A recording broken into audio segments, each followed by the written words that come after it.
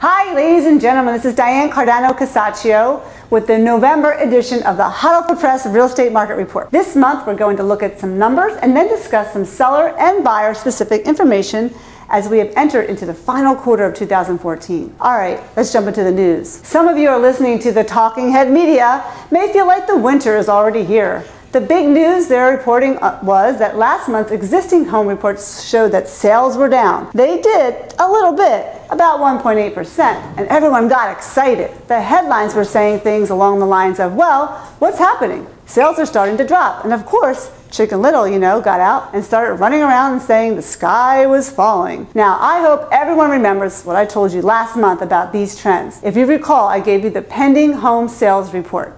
Let's check it out. So, if we take a look at the pending home sales report and go back 2 months, we can see that we should have expected a drop in sales because 2 months ago, there was a slight drop in the number of people who went into contract. So the number of houses that close 2 months later will be reflected by the number of houses that go under contract 60 days before. Since we saw a little bit of the fall off in the pending home sales report 60 days prior, we know this was coming, and that should not have come as a surprise to anyone who watches this blog.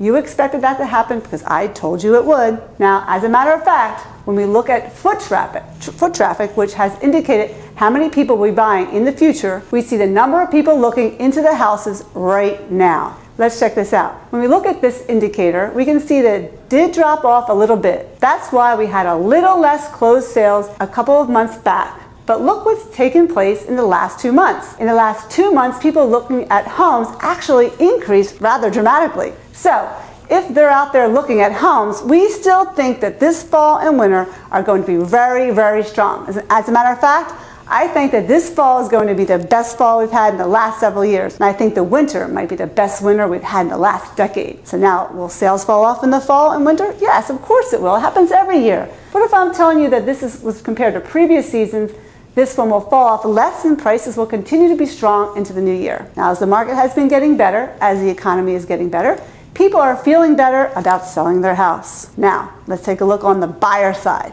I have an incredible slide my team and I have prepared called the 5 financial reasons to buy a home. Check this out. This slide is based on a study from the Joint Center of Housing Studies at Harvard University. They listed 5 financial reasons to buy a house instead of renting. What we have done is give you 5 separate quotes that match each reason from that study itself. We want to give you a strong visual, explain exactly why buying is the much better option than renting. You'll find this slide repeated below this video in the text portion of my blog, so you can really take a look, really close look at this valuable and thought-provoking information. Renting can sometimes be a better choice in the short term, but it's a trap, and so may end up trapped in a rental much longer than they imagined, paying lots more money and paying your landlord's mortgage. Let's take a look at this slide.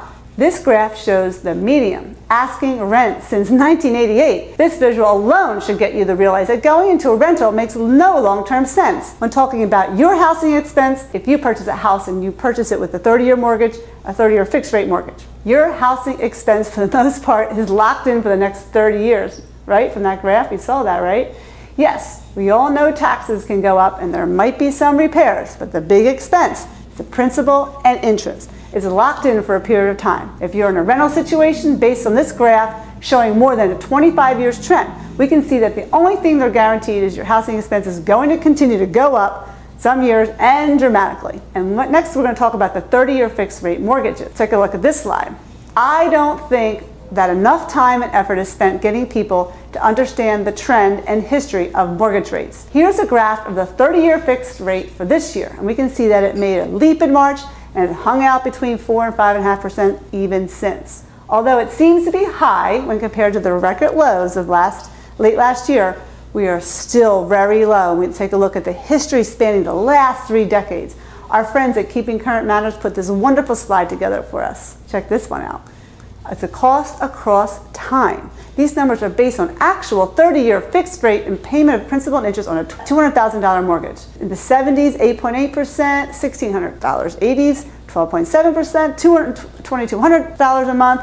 The 90s, 8.12%, $1,500 a month. And 2000s, nearly $1,300 a month. Now today, we are at 4.1% and we will be paying about $900 a month. That's much better. So that's it for the news. Now Thanksgiving is around the corner, and every year we hand out over 250 pies to our clients who are our friends. Just go to CardanoThanksgivingPie.com to see how we celebrate this time of the year when we give thanks to all we have, share memorable times with family and friends. So don't keep us a secret. If you like watching our real estate market updates, tell a friend or email us. Give them our email so we can add them to the list. Thank you and have a great November.